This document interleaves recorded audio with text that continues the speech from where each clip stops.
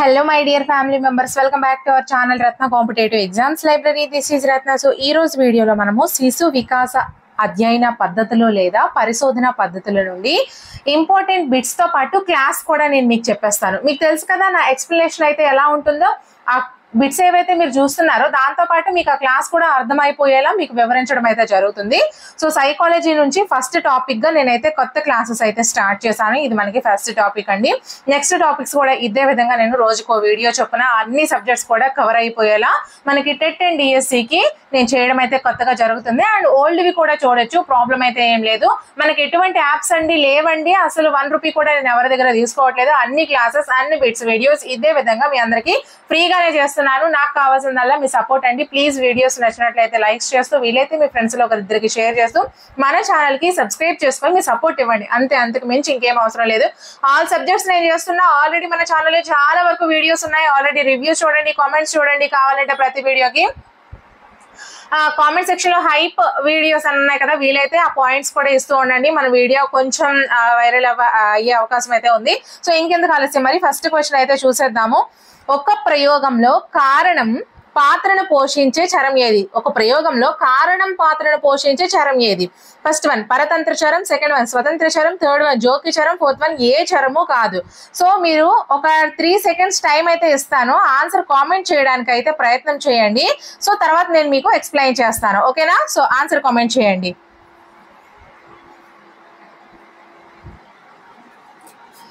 Second one is the right answer అండి, స్వతంత్ర చరం. ఒక ప్రయోగంలో కారణం అనే పాత్రను పోషించే చరం ఏది? స్వతంత్ర చరం. అసలు స్వతంత్ర చరం అంటే ఏంటి? ఇండిపెండెంట్ వేరియబుల్ అంటారు దీన్ని. స్వతంత్ర చరాన్ని ఏమంటారు? ఇండిపెండెంట్ వేరియబుల్ అంటారు. ప్రయోగం చేసే సమయంలో ప్రయోక్త, ఎవరైతే ప్రయోక్త ఉంటారో ఈ ప్రయోక్త అనే అతను తన ప్రయోగానికి అనుగుణంగా మార్చే చరాన్ని స్వతంత్ర చరము అంటారు. మనం ప్రయోగం చేసే సమయంలో ప్రయోక్త తన ప్రయోగానికి అనుగుణంగా ఏదైతే మారుస్తున్నాడో దాన్ని స్వతంత్ర చరము అంటారు. ఇది పూర్తిగా ప్రయోక్త ఆధీనంలో ఉంటుంది. ప్రయోగంలో స్వతంత్ర చరం కారణం అనే పాత్రను పోషిస్తుంది. సో స్వతంత్ర చరం అంటే ఏంటమ్మా? ప్రయోగం చేసే సమయంలో ప్రయోక్త తన ప్రయోగానికి అనుగుణంగా మార్చే చరాన్ని స్వతంత్ర చరం అని అంటారు. ఇది పూర్తిగా ప్రయోక్త యొక్క ఆధీనంలో ఉంటుంది. ప్రయోగంలో స్వతంత్ర చరం అనేది కారణం అనే పాత్రను వహిస్తుంది. కారణం అనే పాత్రను వహించేది ఏది అంటే స్వతంత్ర చరము. అలాగే ప్రయోక్త ఆధీనంలో ఉండేటువంటి చరం ఏది? స్వతంత్ర చరము. అలాగే ప్రయోగానికి అనుగుణంగా మార్చే చరం ఏది? స్వతంత్ర చరము. స్వతంత్ర చరం అంటే ఏంటి? ఇండిపెండెంట్ వేరియబుల్, ఓకేనా? నెక్స్ట్ పరతంత్ర చరం అంటే ఏంటి? ఈ పరతంత్ర చరం అంటే డిపెండెంట్ వేరియబుల్ అంటారండి. పరతంత్ర చరాన్ని డిపెండెంట్ వేరియబుల్. అయితే పరతంత్ర చరం అంటే ఏంటి? ప్రయోగంలో స్వతంత్ర చరం ప్రభావానికి గురయ్యే చరము.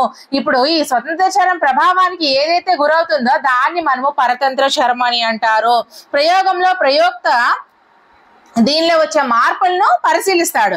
ప్రయోక్త ఆధీనంలో ఉండేది స్వతంత్ర చరము. ప్రయోక్త చేసే దాని వల్ల మనకి ఏదైతే ఫలితాలు వస్తాయో, మార్పులు వస్తాయో దాన్ని పరిశీలించే చరం వచ్చేసరికి ఈ యొక్క పరతంత్ర చరము అవుతుంది. ఇది ఫలితం అనే పాత్రను పోషిస్తుంది. ఫలితం అనే పాత్రను పోషిస్తుంది ఏది అంటే పరతంత్ర చరము. మరి స్వతంత్ర చరము కారణం అనే పాత్రను పోషిస్తుంది. కారణం అనే పాత్రను పోషించేది స్వతంత్ర చరము, ఫలితం అనే పాత్రను పోషించేది పరతంత్ర చరము, ఓకేనా? ప్రయోక్త ఆధీనంలో ఉన్న చరము స్వతంత్ర చరము, దాని ప్రభావానికి లోనయ్యే చరము పరతంత్ర చరము, ఓకేనా? నెక్స్ట్ జోక్య చరం అంటే ఏంటి? ఎవరి ఆధీనంలో కూడా లేకుండా ప్రయోగంలో పరతంత్ర చరంపై ప్రభావం చూపే వాటికి ఈ యొక్క పరతంత్ర చరం ఏదైతే ఫలితం మనకి వస్తుందో దాని మీద ప్రభావాన్ని చూపుతూ ఉంటాయో, మధ్యలో వచ్చి డిస్టర్బ్ చేస్తుంటారే కొంతమంది, అలాంటివన్నీ కూడా జోక్య చరాలండి, ఓకేనా? ఈ జోక్య చరం అంటే ఏంటి? పరతంత్ర చరానికి ఆటంకం కలిగించేది లేకపోతే ప్రభావం చూపించేవి, వీటిని మనము జోక్య చరాలు అంటారు. ప్రయోగంలో స్వతంత్ర చరం కాకుండా పరతంత్ర చరాన్ని ప్రభావితం చేసే కారకాలనే జోక్య చరాలు అని అంటారు. అర్థమైందా మీకు? నెక్స్ట్ ఏ చరము కాదనేది మనకు దీనికి అసలు ఆన్సరే లేదు. కాబట్టి ఒక ప్రయోగంలో కారణం యొక్క పాత్రను పోషించేది స్వతంత్ర చరము, ఓకేనా. ఫలితం పాత్రను పోషించేది పరతంత్ర చరము. దీన్ని పరతంత్ర చరాన్ని ప్రభావితం చేయడానికి మధ్యలో వచ్చే జోక్యం చేసేవి జోక్య చరాలు. సో ఇదే ప్యాటర్న్ లో మీకు ఏ క్వశ్చన్ వచ్చినా కూడా ఇకపైన మీరు ఆన్సర్ చేయండి. నేను ఆల్రెడీ ఫస్ట్ దానికి మీకు క్లియర్ గా ఎక్స్ప్లెయిన్ అయితే చేశాను. సో నెక్స్ట్ వి మీరు ఆన్సర్స్ చేస్తూ ఉండండి. సెకండ్ క్వశ్చన్ చూడండి. ఒక ఉపాధ్యాయుడు విద్యార్థుల చురుకుదనంపై గ్లూకోజ్ ప్రభావాన్ని అధ్యయనం చేశాడు. అయితే ఇక్కడ విద్యార్థుల చురుకుదనం అనేది ఏ చరం అవుతుంది? ఆన్సర్ కామెంట్ చేయండి.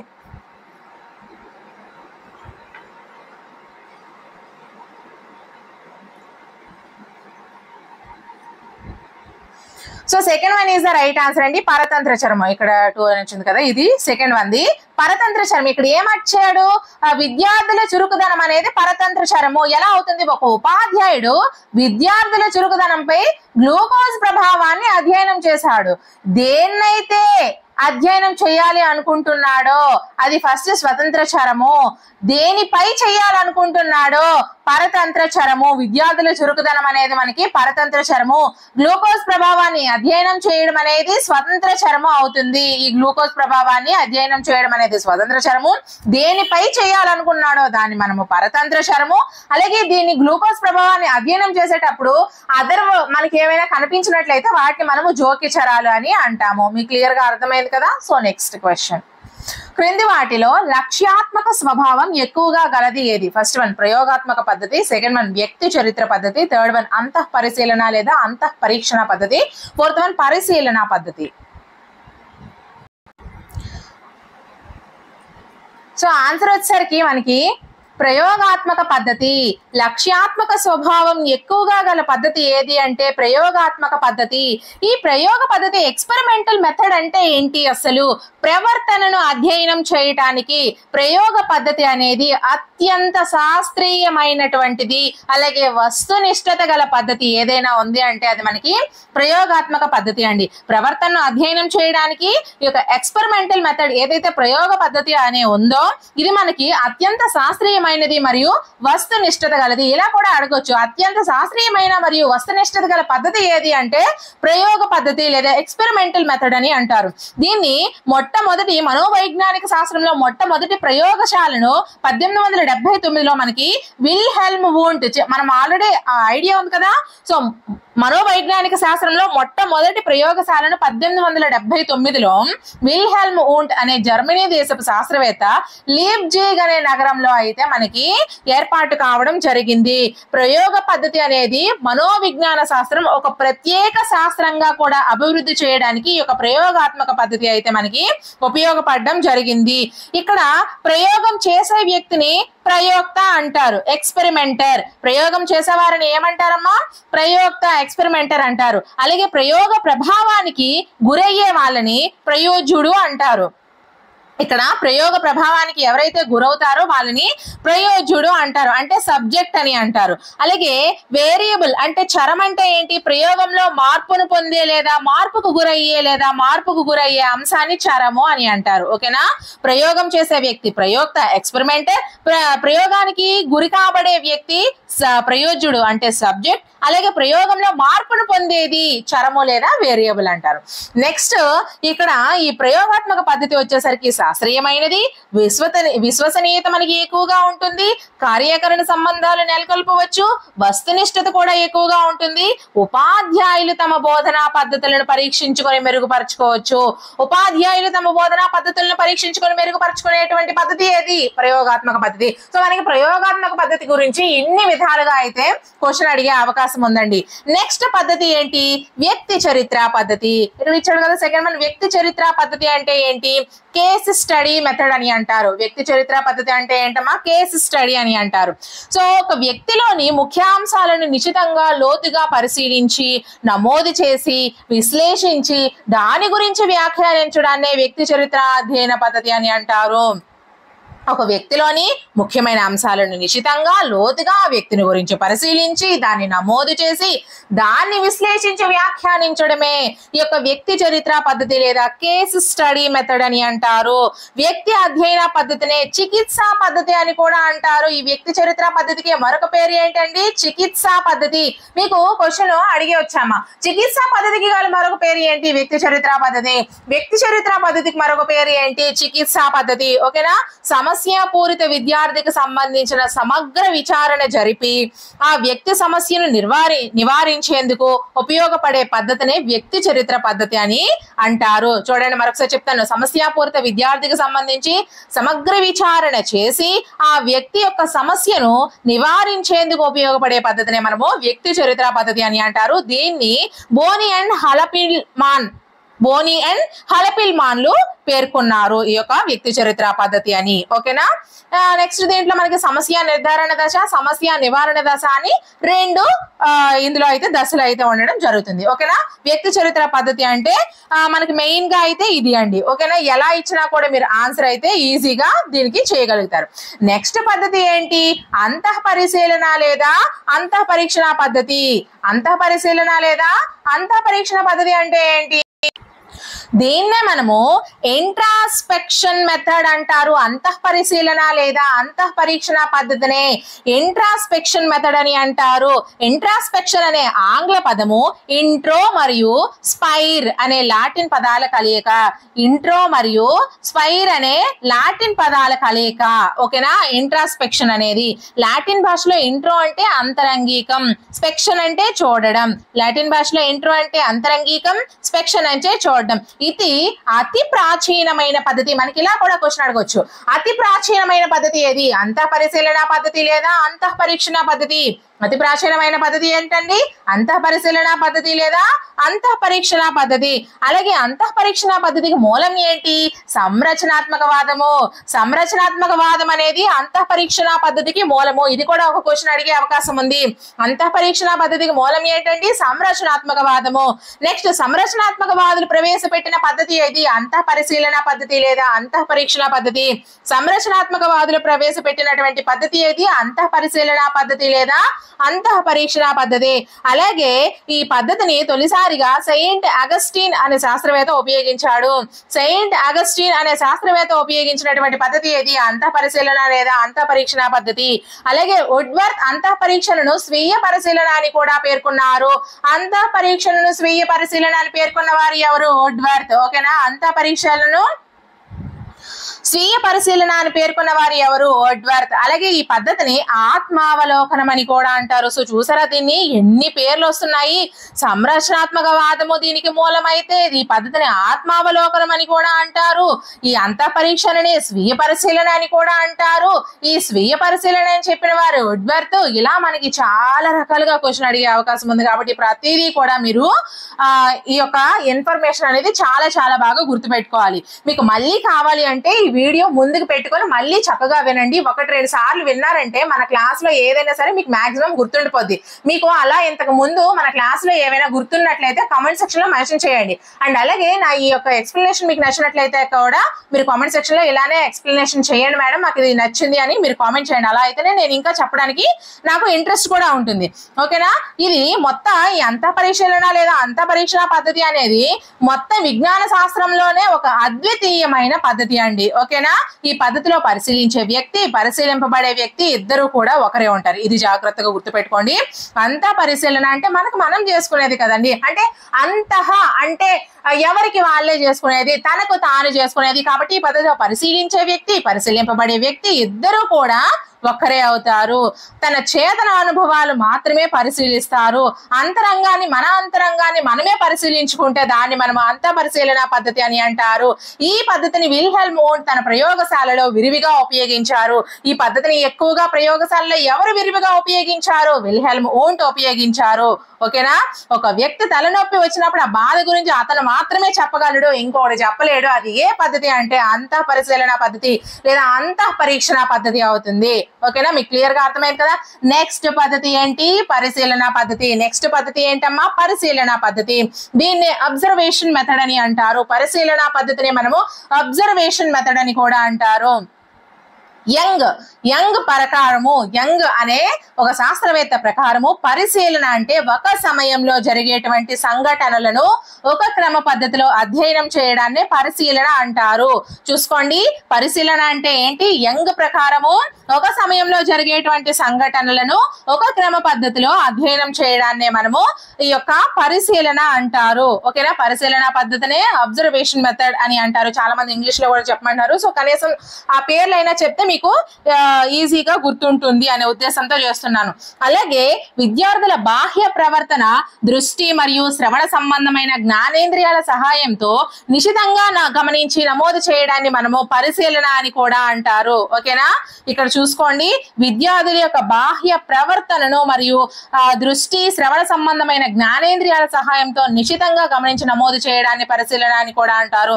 ఏదైనా ఒక అంశాన్ని పూర్తి విషయ నిష్ఠతతో, ఆసక్తితో, సన్నద్ధతతో చూడడాన్నే పరిశీలన అని కూడా అంటారు. దీంట్లో ప్రధానమైన లోపం ఏంటో తెలుసా? ఈ పరిశీలన పద్ధతిలో ప్రధానమైన లోపం ఏంటో తెలుసా? ఆత్మాశ్రయత కలిగి ఉండడము.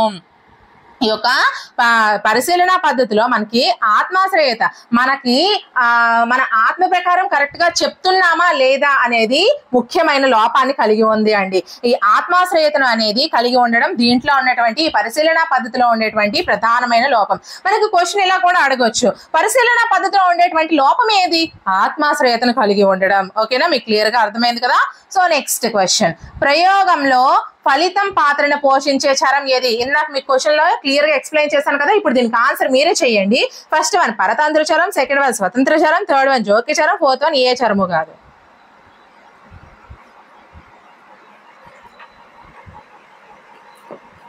చేశారా మరి?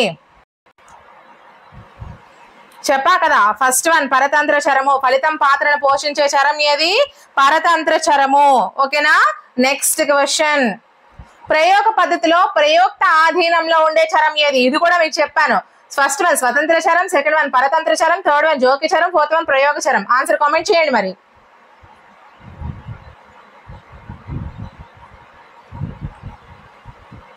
First one is the right answer, స్వతంత్ర చరం. ప్రయోగ పద్ధతిలో ప్రయోక్త ఆధీనంలో ఉండే చరం ఏమని చెప్పాను? స్వతంత్ర చరము. ఓకేనా? నెక్స్ట్ క్వశ్చన్, నీలోకి నీవు తొంగి చూసుకో అనేది ఈ క్రింది మనోవిజ్ఞాన శాస్త్ర అధ్యయన పద్ధతి భావన. దీని గురించి కూడా ఇప్పుడే మీకు చెప్పాను. ఆన్సర్ కామెంట్ చేయండి. ఫస్ట్ వన్ ప్రయోగ పద్ధతి, సెకండ్ వన్ అంతః పరీక్షణ పద్ధతి, థర్డ్ వన్ వ్యక్తి అధ్యయన పద్ధతి, ఫోర్త్ వన్ అసంచరిత పరిశీలన.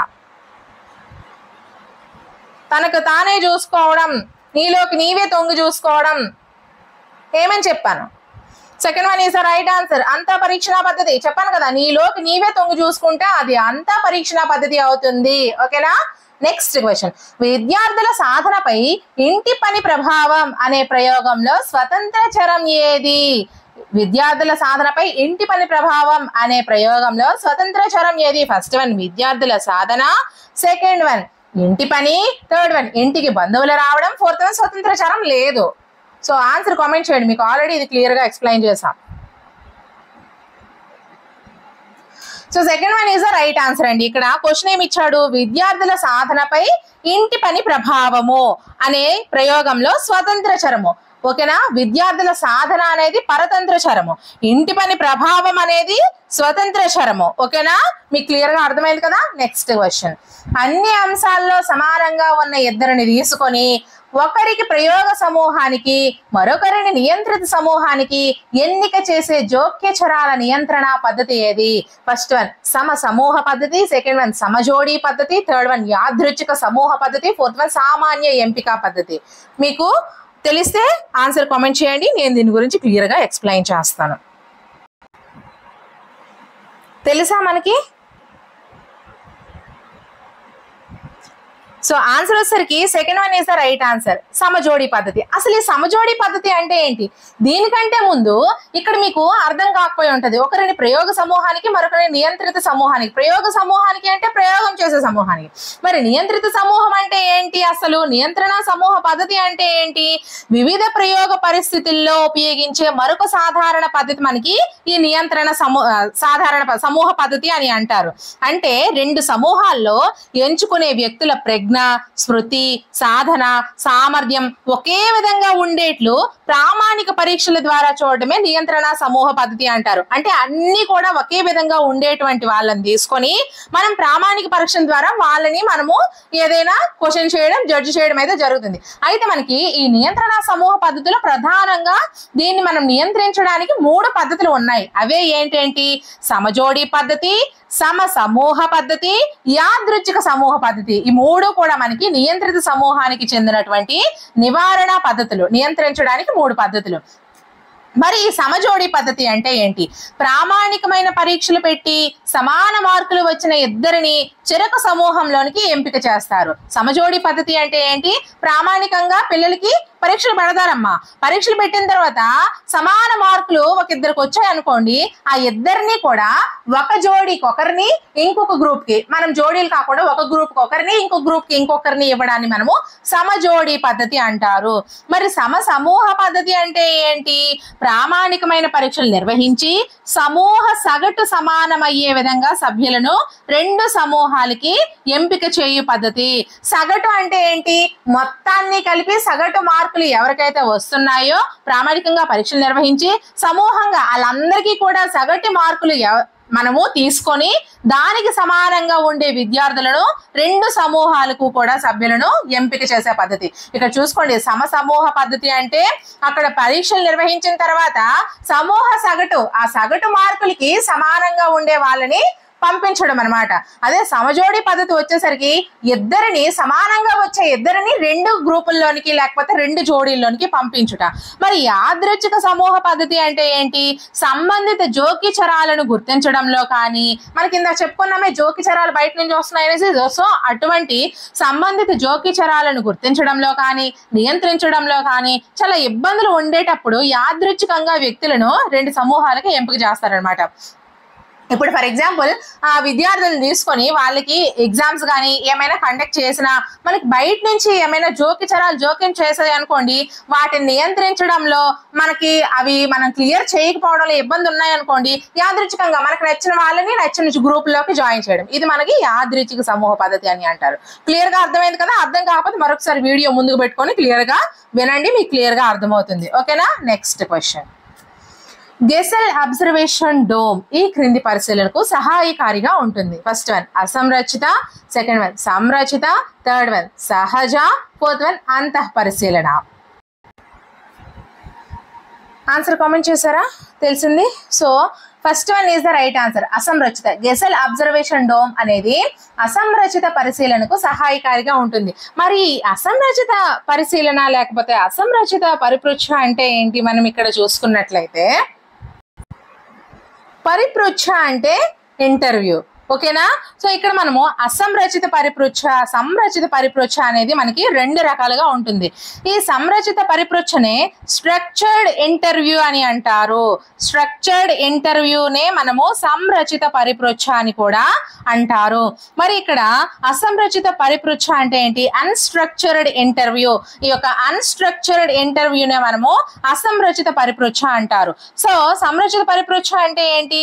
దీన్నే మనము నిర్దేశిక, ప్రణాళికాబద్ధమైన ఇంటర్వ్యూ అని కూడా అంటారు. సంరచిత పరిపృచ్ఛనే నిర్దేశక పరిపృచ్ఛ లేకపోతే ప్రణాళికాబద్ధమైన ఇంటర్వ్యూ అని కూడా అంటారు. మరి అసంరచిత పరిపృచ్ఛనే అనిర్దేశక లేదా ప్రణాళిక రహితమైన ఇంటర్వ్యూ అని కూడా ఈ యొక్క అసంరచిత పరిపృచ్ఛని అంటారు. సో ఇక్కడ మనము సంరచిత పరిపృచ్ఛను తీసుకున్నట్లయితే ఈ పద్ధతిలో ముందస్తు ప్రణాళికతో పరీక్షలు తయారు చేసుకొని నిర్ణయించుకున్న క్రమంలో ముఖాముఖి చర్చించి సమాచారాన్ని సేకరించి విశ్లేషిస్తారు. దీనికి సమయానుకూలంగా మార్చుకోవడం అనేది జరగదు. సంరచన అంటే ఏంటి?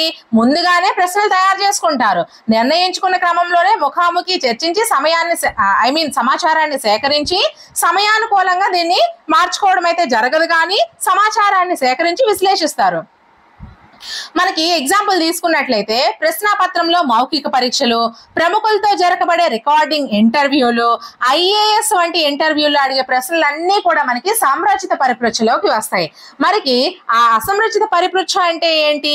ముందస్తు ప్రణాళిక దీనికి అస్సలు ఉండదు. సమయానుకూలంగా సందర్భానుసారం జరిగే పరిపృచ్ఛ ప్రశ్నలు అడగడంలో నమ్యత అయితే మాత్రం ఉంటుంది. అంటే అప్పటికప్పుడు క్వశ్చన్స్ అనేవి వాళ్ళు అడిగితే దాన్ని మనము అసంరచిత పరిపృచ్ఛ అంటారు.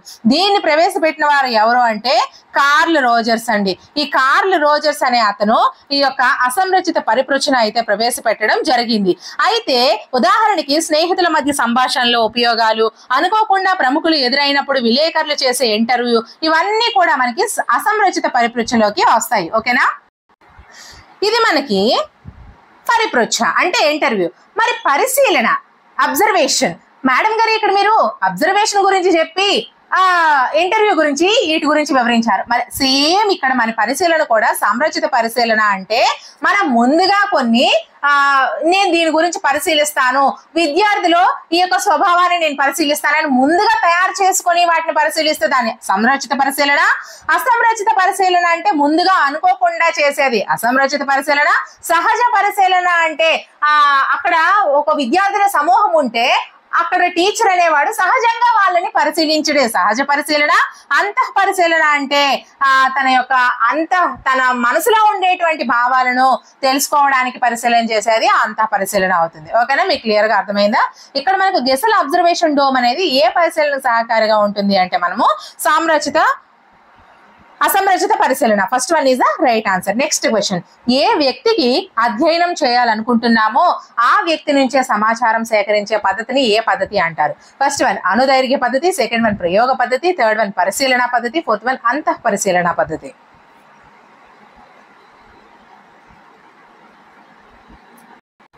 చెప్పాను కదా, సంరచిత అసంరచితకి మీకు ముందుగా చేసుకోవడం. ఇక్కడ పరిశీలన గురించి కూడా అందుకే నేను చెప్పాను, సంచరిత అసంచరిత ఇవి పరిశీలనలు, అబ్జర్వేషన్స్. అలాగే సంరచిత అసంరచిత వచ్చేసరికి మనకి ఇంటర్వ్యూలు. ఈ రెండు కన్ఫ్యూజ్ కాకుండా ఉండడం కోసం మీకు క్లియర్ గా వివరించాను. మరొకసారి మనం చూసుకుంటే సంచరిత అంటే దీన్ని పార్టిసిపేటెడ్ అబ్జర్వేషన్ అని అంటారు, దీన్నే సహభాగి పరిశీలన అని కూడా అంటారు. అసంచరిత అంటే సహభాగేతర లేదా నాన్ పార్టిసిపేషన్ అబ్జర్వేషన్ అని కూడా అంటారు. దీనికి సంరచితకు మనం చూసుకున్నట్లయితే కొన్ని ఎగ్జాంపుల్స్ మనం చూసుకున్నట్లయితే ఉపాధ్యాయుడు విద్యార్థుల పాటు కృత్యాల్లో పాల్గొంటూ వాళ్ళని పరిశీలించడం, దీన్ని సంచరిత. అసంచరితకు వచ్చేసరికి విద్యార్థులు కృత్యాలు చేస్తున్నప్పుడు ఉపాధ్యాయుడు దూరం నుంచి పరిశీలించడం. మీకు క్లియర్ గా అర్థమైంది అనుకుంటాను. ఇప్పుడు 10th క్వశ్చన్ కి మీరు ఆన్సర్ అయితే కామెంట్ చేస్తారా? మరి దీనికి ఆన్సర్ వచ్చేసరికి fourth one is the right answer, అంతః పరిశీలన పద్ధతి అండి. నేను ఆల్రెడీ మీకు దీని గురించి క్లియర్ గా ఎక్స్ప్లెయిన్ చేశాను. అంతః పరిశీలన పద్ధతి ఏ వ్యక్తికి అధ్యయనం చేయాలనుకుంటున్నామో ఆ వ్యక్తి నుంచి సమాచారం సేకరించే పద్ధతినే మనము అంతః పరిశీలన పద్ధతి అని అంటారు. ప్రయోగ పద్ధతి గురించి నేను మీకు క్లియర్ గా వివరించాను, పరిశీలన పద్ధతి గురించి వివరించాను. మరి అనుదైర్ఘ్య పద్ధతి అంటే ఏంటి? ఈ యొక్క అనుదైర్ఘ్య పద్ధతిలో మనకి మళ్ళీ 2 రకాలు ఉంటాయండి. ఏంటి అంటే మనం చూసుకున్నట్లయితే దీర్ఘకాల అనుదైర్ఘ్య అంటే దీర్ఘకాల మరియు పరిచ్ఛేదన ఉపగమాలు. అనుదైర్ఘ్య పద్ధతి అంటే వచ్చేసరికి మనకి ఇక్కడ చూసుకున్నట్లయితే దీర్ఘకాల ఉపగమము అలాగే పరిచ్ఛేదన ఉపగమం అని మళ్ళీ దీనికి 2 రకాలు అయితే ఉంటాయి. ఈ యొక్క అనుదైర్ఘ్య పద్ధతి మరియు పరిచ్ఛేదన ఉపగమం అనేసి ఈ పద్ధతినే మనము ఈ అనుదైర్ఘ్య పద్ధతిని ఆయత లేదా లాంగిట్యూడినల్ పద్ధతి అని కూడా అంటారు. ఈ యొక్క అనుదైర్ఘ్య పద్ధతినే దీర్ఘకాల ఉపగమం అని, ఆయత లేదా లాంగిట్యూడినల్ పద్ధతి అని కూడా అంటారు. గుర్తుపెట్టుకోండి. ఇది మనకి ముఖ్యంగా దీర్ఘకాల ఉపగమంలో ప్రయోక్త తాను ప్రతిశయనంగా ఎన్నుకున్న ప్రయోజనాలను కొంతకాలం పాటు అనేక సార్లు వేరు వేరు వయస్సులతో సన్నివేశాల్లో గమనించి వారి ప్రవర్తనలో మార్పులను నమోదు చేస్తారు. దీన్ని మనము అనుదైర్ఘ్య లేదా ఆయత లేదా లాంగిట్యూడినల్ లేదా దీర్ఘకాల ఉపగమం అని కూడా అంటారు. మరి ఇక్కడ ఇంకొకటి అని చెప్పాను కదా, ఏంటి పరిచ్ఛేదన ఉపగమం అనేసి. ఈ పరిచ్ఛేదన ఉపగమం అంటే ఏంటి? దీన్ని మనము తిరియక్ పద్ధతి లేదా సంకీర్ణ పద్ధతి లేదా ఖండచ్ఛేద పద్ధతి లేదా సమాంతర అధ్యయన పద్ధతి లేదా అనుప్రస్థ ఖండ పద్ధతి లేదా క్రాస్ సెక్షనల్ పద్ధతి అని అంటారు. చూడండి ఎన్ని పద్ధతులు ఉన్నాయి. ఈ యొక్క అనుదైర్ఘ్య పద్ధతికి పేర్లు ఏమేమని చెప్పాను నేను? అనుదైర్ఘ్య లేదా దీర్ఘకాల లేదా ఆయత లేదా లాంగిట్యూడినల్ పద్ధతి. దీంట్లోనే రెండవది ఏది? పరిచ్ఛేదన ఉపగమం. ఇక్కడ మనకి ఇవ్వలేదు, పరిచ్ఛేదన ఉపగమం అని అంటారు. ఈ పరిచ్ఛేదన ఉపగమనే క్రాస్ సెక్షనల్ అప్రోచ్ అని అంటారు. ఈ పద్ధతినే మనము తిరియక్ పద్ధతి, సంకీర్ణ పద్ధతి, ఖండచ్ఛేదన పద్ధతి, సమాంతర అధ్యయన పద్ధతి, అనుప్రస్థ ఖండ పద్ధతి మరియు క్రాస్ సెక్షనల్ పద్ధతి అని కూడా అంటారు. దేన్ని అంటే పరిచ్ఛేదన పద్ధతి. ఓకే, ఈ పరిచ్ఛేదన పద్ధతి అంటే ఏంటి అంటే ఈ ఉపగమంలో వేరు వేరు వయస్సుల గల సమూహాలకు చెందిన పిల్లలను ఒకే సమయంలో పరిశీలించి దత్తాంశాలను పోల్చడం అయితే జరుగుతుంది. కాబట్టి దీన్ని మనము అనుసరించడం వల్ల కాలం అయితే చాలా తక్కువ కాలం పడుతుంది. కాబట్టి దీన్ని మనము తిర్యక్ పద్ధతి లేదా పరిచ్ఛేదన ఉపగమని అంటారు. మీకు క్లియర్ గా అర్థమైంది కదా. ఒకవేళ మీకు మళ్ళీ ఏదైనా నేను చెప్పడంలో అర్థం కాకపోతే ముందుకు వీడియో పెట్టుకొని చక్కగా చూడండి, మీకు క్లియర్ గా అర్థమవుతుంది. అయితే మొత్తం అన్ని పద్ధతుల గురించి ఎక్స్ప్లెయిన్ చేస్తాను. నెక్స్ట్ క్వశ్చన్స్ మీరు ఆన్సర్ చేస్తూ ఉండండి. నెక్స్ట్ క్వశ్చన్, వస్తునిష్ఠత అధికంగా ఉండే పద్ధతి ఏది? ఇందాకే చెప్పాను, ఆన్సర్ కామెంట్ చేయండి. ఫస్ట్ వన్ అంత పరిశీలన పద్ధతి, సెకండ్ వన్ ప్రయోగాత్మక పద్ధతి, థర్డ్ వన్ పరిశీలన పద్ధతి, ఫోర్త్ వన్ పరిపృచ్ఛ పద్ధతి. ఇకపై అన్నింటికి మీరు చక్కగా ఆన్సర్ చేసుకోవడమే. Second one is the right answer, ప్రయోగాత్మక పద్ధతి. వస్తునిష్ఠత అధికంగా ఉండే పద్ధతి ఏదని చెప్పానమ్మా? ప్రయోగాత్మక పద్ధతి. ప్రయోగాత్మక పద్ధతిలో వస్తునిష్ఠత అనేది అధికంగా ఉంటుంది. నెక్స్ట్ క్వశ్చన్, విద్యార్థుల సాధనపై స్మృతి ప్రభావం అనే ప్రయోగంలో పరతంత్ర చరం ఏది? చూసుకోండి, విద్యార్థుల సాధనపై స్మృతి ప్రభావం అనే ప్రయోగంలో పరతంత్ర చరం ఏది? నేను ఆల్రెడీ చెప్పాను, మీరు ఆన్సర్ చేయండి. విద్యార్థుల సాధనపై స్మృతి ప్రభావంలో పరతంత్ర చరము. విద్యార్థుల సాధన స్మృతి ప్రభావం అనేది ఈ యొక్క స్వతంత్ర చరం. ఓకేనా, మీకు క్లియర్ గా అర్థమవుతుంది కదా. నెక్స్ట్ క్వశ్చన్, క్రింది పద్ధతులలో ఎక్కువ వస్తునిష్ఠత గలది ఏది? ఫస్ట్ వన్ పరిశీలన, సెకండ్ వన్ అంత పరిశీలన, థర్డ్ వన్ వ్యక్తి అధ్యయన పద్ధతి, ఫోర్త్ వన్ ప్రయోగ పద్ధతి. ఇది కూడా చెప్పారు, ఆన్సర్ కామెంట్ చేయండి.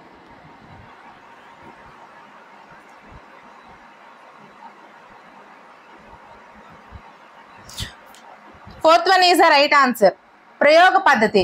ఎక్కువ వస్తునిష్ఠత గల పద్ధతి ఏది? ప్రయోగ పద్ధతి. ఇంతకు ముందు క్వశ్చన్ ఏమని అడిగాడు? ప్రయోగ పద్ధతి కింది వాటిలో ఏది ఎక్కువ ఉంది అంటే వస్తునిష్ఠత ఎక్కువ ఉంది. మరి వస్తునిష్ఠత ఎక్కువగా ఉండే పద్ధతి ప్రయోగ పద్ధతి. ఓకేనా, చూడండి క్వశ్చన్ ఎలా అయినా అడిగే అవకాశం ఉంది. నెక్స్ట్ క్వశ్చన్, నిజ జీవితంలో ఎదురయ్యే సమస్యలకు పరిష్కారాలను అన్వేషించే ప్రక్రియ ఏంటి? ప్రయోగాత్మక పరిశోధన. నెక్స్ట్ దీర్ఘకాల అధ్యయనాలు, చర్యాత్మక పరిశోధన, ఫోర్త్ వన్ పరిచ్ఛేదన అధ్యయనాలు. చెప్పాను ఆల్రెడీ ఇప్పుడే మీకు, దీర్ఘకాల పరిచ్ఛేదన అనేసి.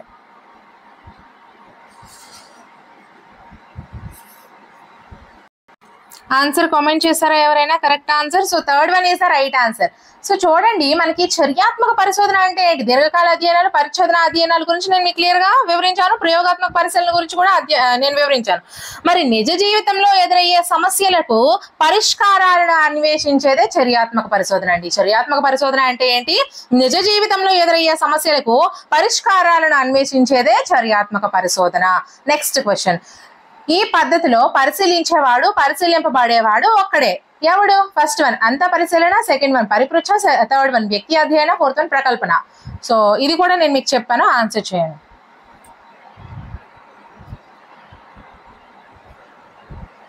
First one is the right answer, అంత పరిశీలన. పరిశీలింపబడేవాడు, పరిశీలించేవాడు ఇద్దరు ఒకటేది. ఏది అంటే ఏ పద్ధతిలో అంటే అంత పరిశీలన పద్ధతి అండి. ఓకేనా. నెక్స్ట్ క్వశ్చన్, విద్యార్థుల సాధనపై డిజిటల్ తరగతుల ప్రభావం అనే అంశంపై ఉపాధ్యాయుడు ప్రయోగం నిర్వహించదలిచాడు.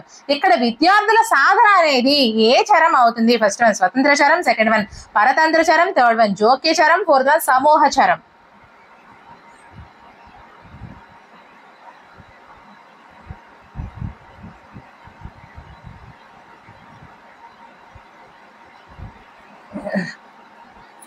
Second one is the right answer, పరతంత్ర చరం.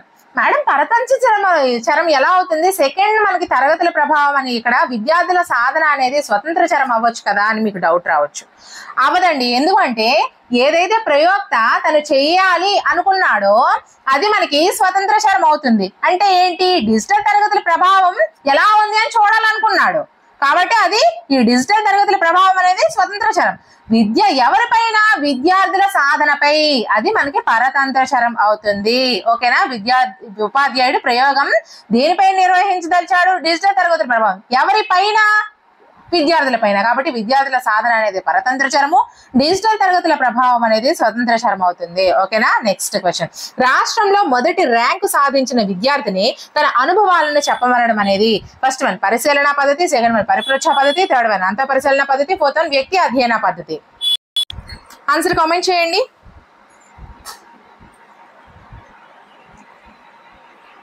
నేను ఆల్రెడీ దీని గురించి చెప్పాను, మీరే ఆన్సర్ చెప్పాలి.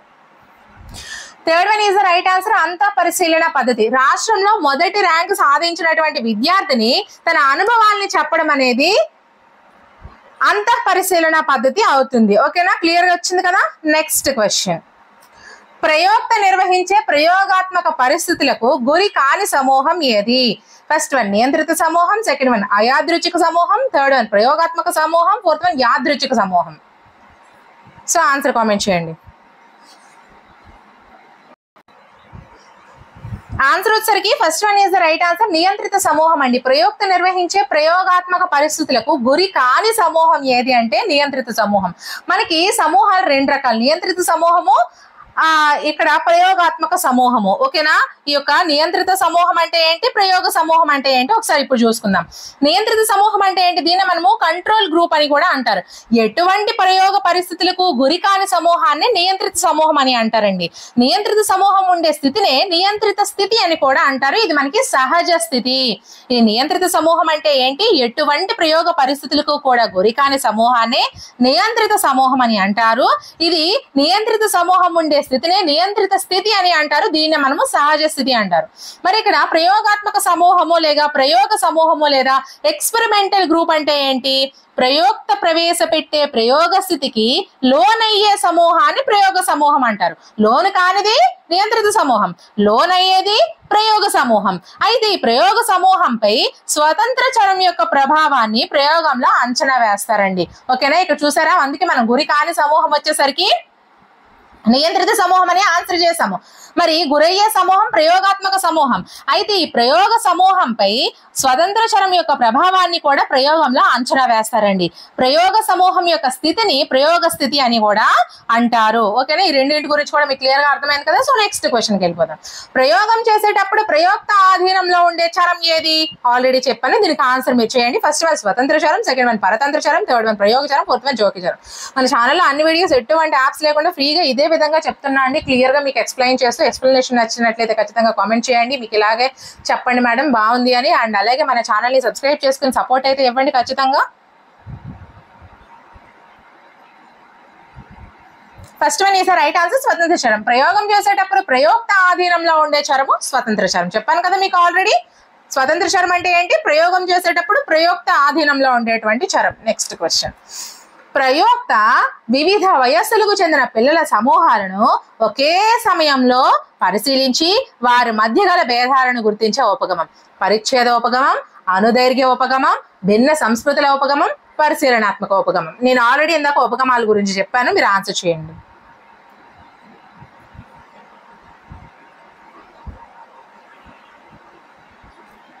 First one is the right answer, పరిచ్ఛేద ఉపగమం. ప్రయోక్త వివిధ వయస్సులకు చెందిన పిల్లల సమూహాలను ఒకే సమయంలో పరిశీలించి వారి మధ్య గల భేదాలను గుర్తించే ఉపగమమే పరిచ్ఛేద ఉపగమము. ఓకేనా, నెక్స్ట్ క్వశ్చన్, ఉపాధ్యాయుడు కూడా పిల్లలతో ఆటలాడే సమయంలో పిల్లల యొక్క ప్రవర్తనను పరిశీలించడం అనేది సంచరిత పరిశీలన, సెకండ్ వన్ నియంత్రిత పరిశీలన, థర్డ్ వన్ అసంచరిత పరిశీలన, ఫోర్త్ వన్ అంతః పరిశీలన. మీకు ఇందాక ఎక్స్ప్లెయిన్ చేశాను, పరిప్రోక్ష గురించి పరిశీలన గురించి రెండు వేరువేరుగా ఎక్స్ప్లెయిన్ చేశాను. సో ఆన్సర్ చేయండి.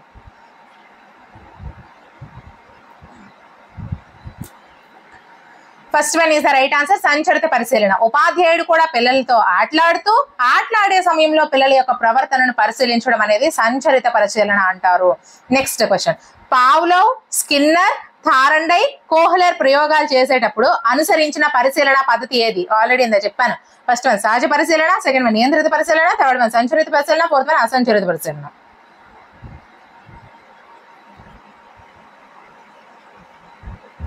Second one is the right answer, నియంత్రిత పరిశీలన. పావ్లోవ్, స్కిన్నర్, థారండై, కోహ్లర్ వీరందరూ కూడా ప్రయోగాలు చేసేటప్పుడు అనుసరించే పరిశీలన పద్ధతి ఏదమ్మా? నియంత్రిత పరిశీలన పద్ధతి. నెక్స్ట్ క్వశ్చన్, ఒక ఉపాధ్యాయుడు పిల్లల అభ్యసనంపై బోధనా పద్ధతుల ప్రభావాన్ని తెలుసుకోవాలనుకున్నాడు. ఈ ప్రయోగంలో పిల్లల అభ్యసనం అనేది ఫస్ట్ వన్ స్వతంత్ర చరం, సెకండ్ వన్ జోకి చరం, థర్డ్ వన్ పరతంత్ర చరం, ఫోర్త్ వన్ సమూహ చరం. ఏంటి కరెక్ట్ ఆన్సర్ చెప్పండి. ఇక్కడ నుంచి మీరు ఆన్సర్ చేయాల్సిందే. ఆల్రెడీ నేను ఎక్స్ప్లెనేషన్ అయితే అన్నిటికీ ఇచ్చేసాను.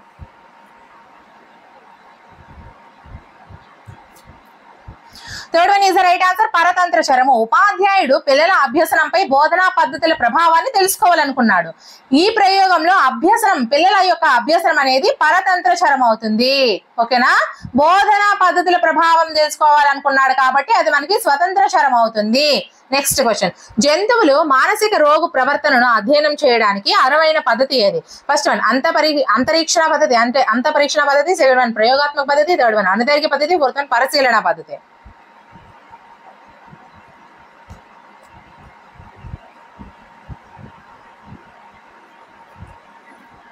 Fourth one is the right answer, పరిశీలన పద్ధతి. జంతువులు మానసిక రోగుల యొక్క ప్రవర్తనను అధ్యయనం చేయడానికి అనువైన పద్ధతి ఏది అమ్మా? పరిశీలన పద్ధతి. నెక్స్ట్ క్వశ్చన్, ఒక ఉపాధ్యాయుడు పిల్లలు చదివే సమయానికి మరియు వారు పొందే మార్కులకు మధ్య గల సంబంధాన్ని కనుక్కోవాలనుకుంటున్నాడు. కానీ పిల్లల ఏకాగ్రతలో తేడాల వలన సరైన ఫలితాన్ని సాధించలేకపోయాడు. ఇక్కడ పిల్లల ఏకాగ్రత అనేది ఏమవుతుంది? ఫస్ట్ వన్ పరతంత్ర చరం, సెకండ్ వన్ స్వతంత్ర చరం, థర్డ్ వన్ జోక్యం చేసుకునే చరం, ఫోర్త్ వన్ ప్రయోగ చరం. ఏమవుతుంది?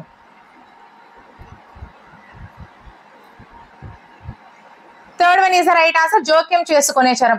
ఒక ఉపాధ్యాయుడు పిల్లలు చదివే సమయానికి మరియు వారు పొందే మార్కులకు మధ్య గల సంబంధాన్ని కనుక్కోవాలనుకుంటున్నాడు.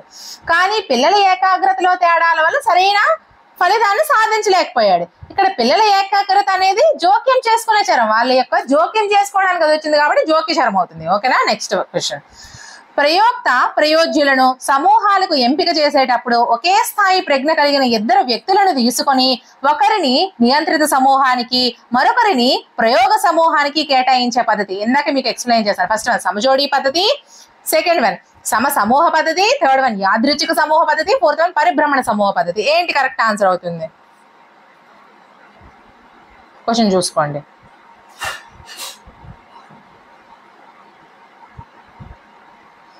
First one is the right answer, సమజోడీ పద్ధతి. ప్రయోక్త ప్రయోజ్యులను సమూహాలకు ఎంపిక చేసేటప్పుడు ఒకే స్థాయి ప్రజ్ఞ కలిగిన ఇద్దరు వ్యక్తులను తీసుకొని ఒకరిని నియంత్రిత సమూహానికి మరొకరిని ప్రయోగ సమూహానికి చేస్తే అది సమజోడీ పద్ధతి అని చెప్పాను. సమూహ పద్ధతి అంటే ఏంటి? సగటు మార్కులను తీసుకొని పంపించే పద్ధతి. యాదృచ్ఛిక సమూహ పద్ధతి అంటే ఏంటి అని చెప్పాను. యాదృచ్ఛికంగా అక్కడ ఉన్నటువంటి పరిస్థితుల కారణంగా ఎవరిని పడితే వారిని ఎక్కడికి పడితే అక్కడికి పంపించేది. ఓకేనా, నెక్స్ట్ క్వశ్చన్, ఒకే సమూహం ప్రయోగం సమూహంగా నియంత్రిత సమూహంగా వ్యవహరించే ప్రయోగ నమూనా ఏది? ఫస్ట్ వన్ సమూహ నమూనా, సెకండ్ వన్ ఏక సమూహ నమూనా, థర్డ్ వన్ పరిభ్రమణ సమూహ నమూనా, ఫోర్త్ వన్ సమాంతర సమూహ నమూనా.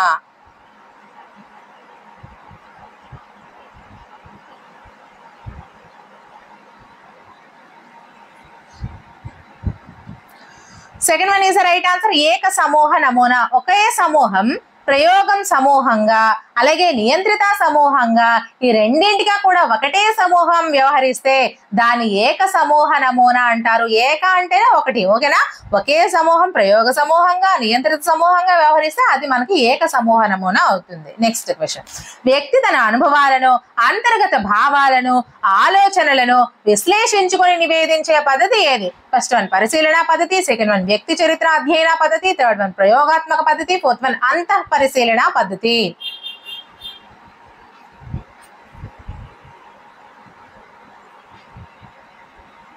చెప్పండి ఆన్సర్ కామెంట్ చేయండి. మరి fourth one is the right answer, అంతః పరిశీలన పద్ధతి. వ్యక్తి తన అనుభవాలను అంతర్గత భావాలను ఆలోచనలను విశ్లేషించుకొని నివేదించే పద్ధతే మనకి అంతః పరిశీలన పద్ధతి అవుతుంది. ఓకేనా, నెక్స్ట్ క్వశ్చన్, సమస్యాపూరిత విద్యార్థికి సంబంధించి సమగ్ర విచారణ జరిపి ఆ విద్యార్థి సమస్యను పరిష్కరించేందుకు ఉపయోగపడే పద్ధతి ఏది? ఫస్ట్ వన్ వ్యక్తి చరిత్ర అధ్యయన పద్ధతి, సెకండ్ వన్ అంతః పరిశీలన పద్ధతి, థర్డ్ వన్ పరిశీలన పద్ధతి, ఫోర్త్ వన్ సర్వే పద్ధతి.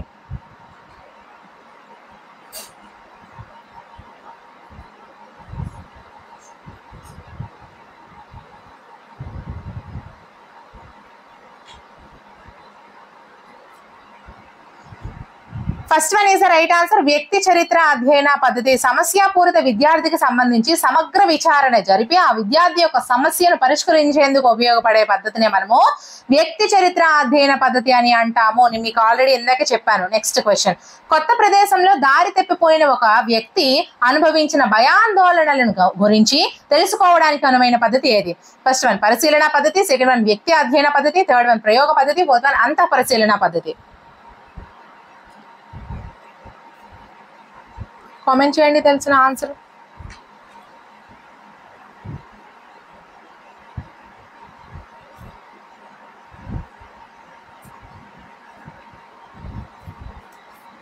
ఆన్సర్ కామెంట్ చేస్తారా మరి? Fourth one is the right answer. అంతః పరిశీలన పద్ధతి కొత్త ప్రదేశంలో దారి తప్పిపోయిన ఒక వ్యక్తి అనుభవించినటువంటి భయాందోళనలను గురించి తెలుసుకోవడానికి అనువైన పద్ధతి అంతః పరిశీలన పద్ధతి. Next question. క్రింది పద్ధతులలో వస్తునిష్టత అధికంగా ఉండే పద్ధతి? ఫస్ట్ వన్ అంతః పరిశీలన, సెకండ్ వన్ ప్రయోగ పద్ధతి, థర్డ్ వన్ సర్వే పద్ధతి, ఫోర్త్ వన్ పరిపృచ్ఛ పద్ధతి. ఆన్సర్ కామెంట్ చేయండి.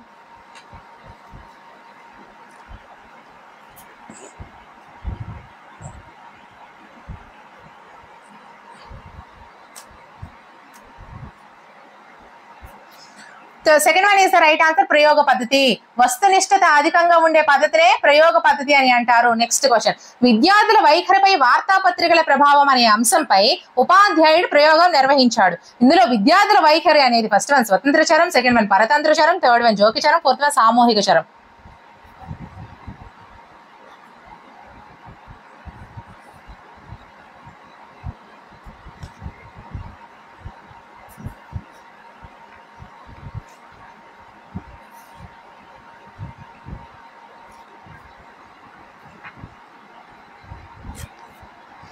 Second one is the right answer. పరతంత్ర చరం విద్యార్థుల వైఖరిపై వార్తాపత్రికల ప్రభావం అనే అంశంపై ఉపాధ్యాయుడు ప్రయోగం నిర్వహించాడు. ఇందులో విద్యార్థుల వైఖరి అనేది పరతంత్ర చరం. Next question. 5 సంవత్సరాల పిల్లలను ఎన్నుకొని వారికి 10 సంవత్సరాల వయస్సు వచ్చే వరకు వారి బాల్య దశ వికాసం జరిగే తీరుని అధ్యయనం చేసే ఉపగమం ఏది? ఫస్ట్ వన్ అనుదైర్ఘ్య ఉపగమం, సెకండ్ వన్ పరిచ్ఛేద ఉపగమం, థర్డ్ వన్ పరిశీలనాత్మక ఉపగమం, ఫోర్త్ వన్ భిన్న సంస్కృతుల ఉపగమం. సరైన ఆన్సర్ కామెంట్ చేయండి.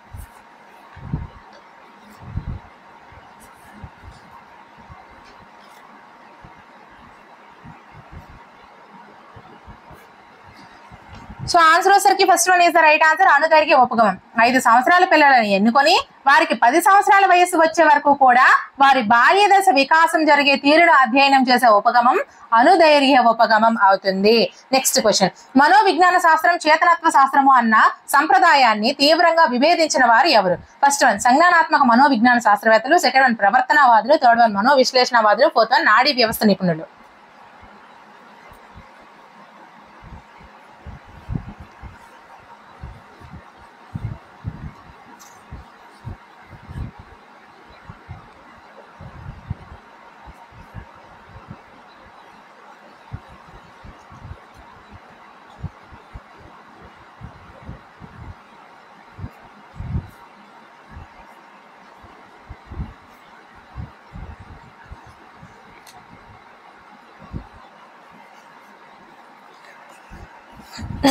Second one is the right answer. ప్రవర్తనవాదులు మనోవిజ్ఞాన శాస్త్రం చేతనత్వ శాస్త్రం అన్న సంప్రదాయాన్ని తీవ్రంగా విభేదించిన వారు ప్రవర్తనవాదులండి.